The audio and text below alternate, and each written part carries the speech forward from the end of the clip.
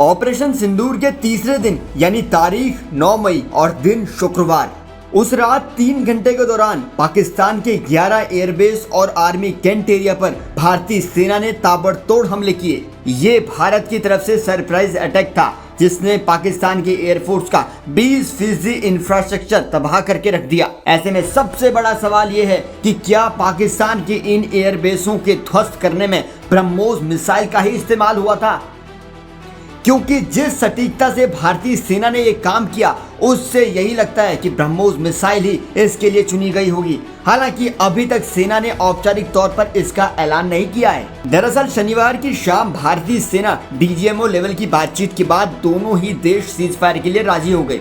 इससे पहले सुबह पाकिस्तानी सेना लगातार भारत के सिविलियंस और सैन्य ठिकानों को निशाना बना रही थी। वहीं जवाबी हमले के दौरान भारतीय सेना ने उनके पास मौजूद नई मिसाइलें, हथियार और लोइटरिंग हथियारों का इस्तेमाल किया था। आपको बता दें कि भारतीय सेना के हमलों में जिन पाकिस्तानी एयरबेसों का खात्मा हो गया उनमें रफीकी एयरबेस, मुरीद एयरबेस, नूर खान एयरबेस, रहीम यार खान एयरबेस, सुक्कू एयरबेस और चुनियन एयरबेस शामिल थे।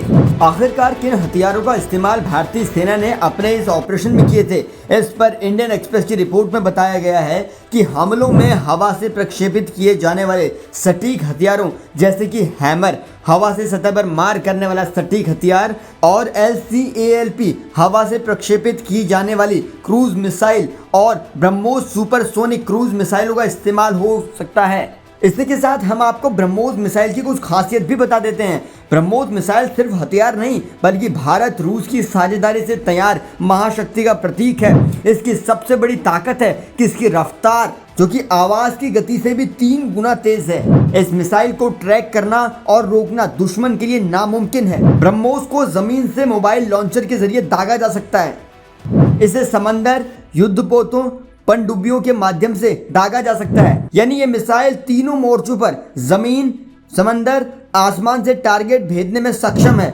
इसमें 200 से 300 किलो भारी विस्फोटक ले जाने की ताकत है। इसे दुश्मन के रडार समय रहते नहीं पकड़ सकते हैं। ब्रह्मोस पूरे युद्ध को पलटने की ताकत रखता है। अब इस हमले में ब्रह्मोस मिसाइल का इस्तेमाल हुआ या नहीं, इस पर कोई आधिकारिक बयान तो नहीं आया है, लेकिन अगर ब्रह्मोस मिसाइल का इस्तेमाल हुआ होगा तो ये पहली बार होगा जब क्रूज मिसाइल पहली बार भारत की तरफ से इस्तेमाल हुई होगी। उधर भारतीय सेना की तरफ से यह भी कहा गया कि पाकिस्तान में टारगेट का चयन बहुत सावधानी से किया गया, क्योंकि भारतीय सेना ने सिर्फ कुछ पाकिस्तानी सैन्य ठिकानों पर ही हमला करने का निर्णय लिया था जो रणनीतिक तौर पर जरूरी थे और जहां से पाकिस्तान अपनी नापाक हरकत करने से बाज नहीं आ रहा था। चुने गए सभी लक्ष्य पाकिस्तान के बहुत अंदर स्थित थे।